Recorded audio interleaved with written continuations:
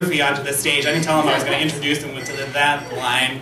This guy's a very funny guy. He's actually one of my students too. Again, told him I wouldn't tell you that. Liar. Please welcome to the stage the very funny Gary Proulx.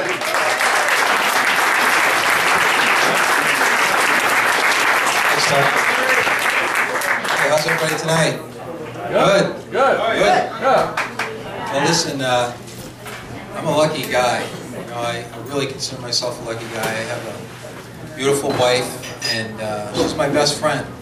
You know, she's very honest. And when I told her I was going to do this tonight, and I showed her my routine, you know, she said, "Honey, I love you very much, but please don't quit your day job." Now I have to figure out how to tell her I already did.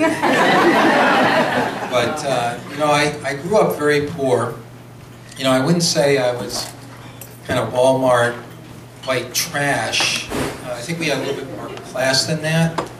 I'd say we were more like Target white garbage.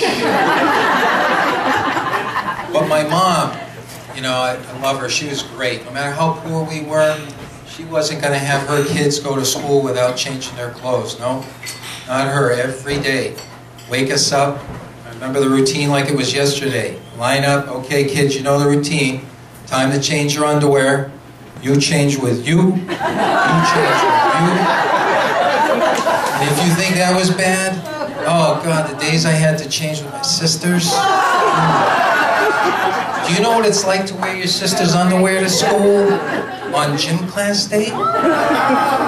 Oh, but you know, I'm very lucky. Like I said, I made it out of poverty and got into med school. I'm actually a practicing doctor, oncologist. I love it. Love my work. You know, it's great. And oh, thanks. A couple of patients out there, I'm sure.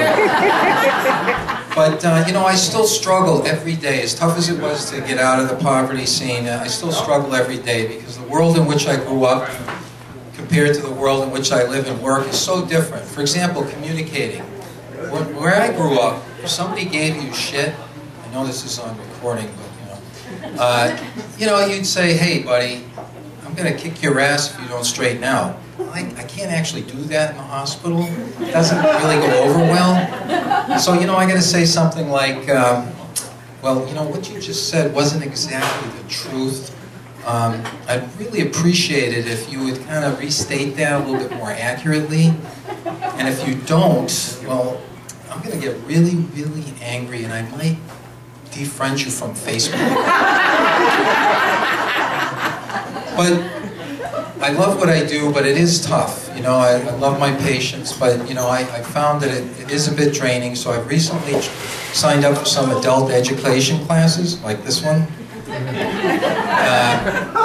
just to have an outlet, you know, a release. And you know, I really love it. But one thing that I found very, very interesting is that as adults, we're not really that different than when we were kids in school. Like, for example, you know, remember the jealousy, envious thing? Oh, look at little Johnny over there. He's got those high-top Converse when we thinks he's cool. Or, oh, look at her, Kylie over there. She's got those new designer jeans. Boy, she thinks she's hot. Well, you know, as adults, we're still jealous and envious. It's just about different things. Like the guys, you know, they look at each other. Ooh, geez, I thought I was bald. But next to him, I got a carpet on my head. Or the ladies, ooh, boy, that's even more brutal. Look at her. She's definitely had some work. Who's she kidding? That's Botox, for sure. But like I said, I love what I do. I feel blessed. And, you know, I think we do a great job. I know there's some problems in medicine. And one thing I think we really could do a better job at is helping our patients understand the prescriptions that we give. You know, I think they're too vague. Like, for example, you know, if you're going to take an antacid, what do they say? You know, take 1 to 2 every 4 to 6 hours for, you know, indigestion. I think we could do a much better job at helping people decide when, where, why they should take this medicine. For example, I think it should read something like, okay, take 1/2 tab for less than 6 beers, or 1 steak and cheese sub, or take 1 to 2 tabs for more than 6 beers, less than a case, or more than 2 steaks. You know what I mean? Really help out, so you know what you're getting. And even more serious medications like Viagra. You know, everybody knows what that is, right? I mean, that's serious stuff. You don't want to just take that willy-nilly, you know? So you want to stratify. If you guys out there who still, you know, I'm married, so it doesn't matter to me anymore. But, sorry, honey, she's out there. But you know, you don't want to take a risk. I mean, you can get blind, you can have heart attacks. I mean, that's serious stuff. So you really want to stratify it. Like, okay, if she's under a 5 and you think you're going to get lucky, well, you might take a half tab, risk maybe the headaches or the flushing, but you're not going to go all the way for the blindness. No, you're going to wait for the 10 because you know it's worth it.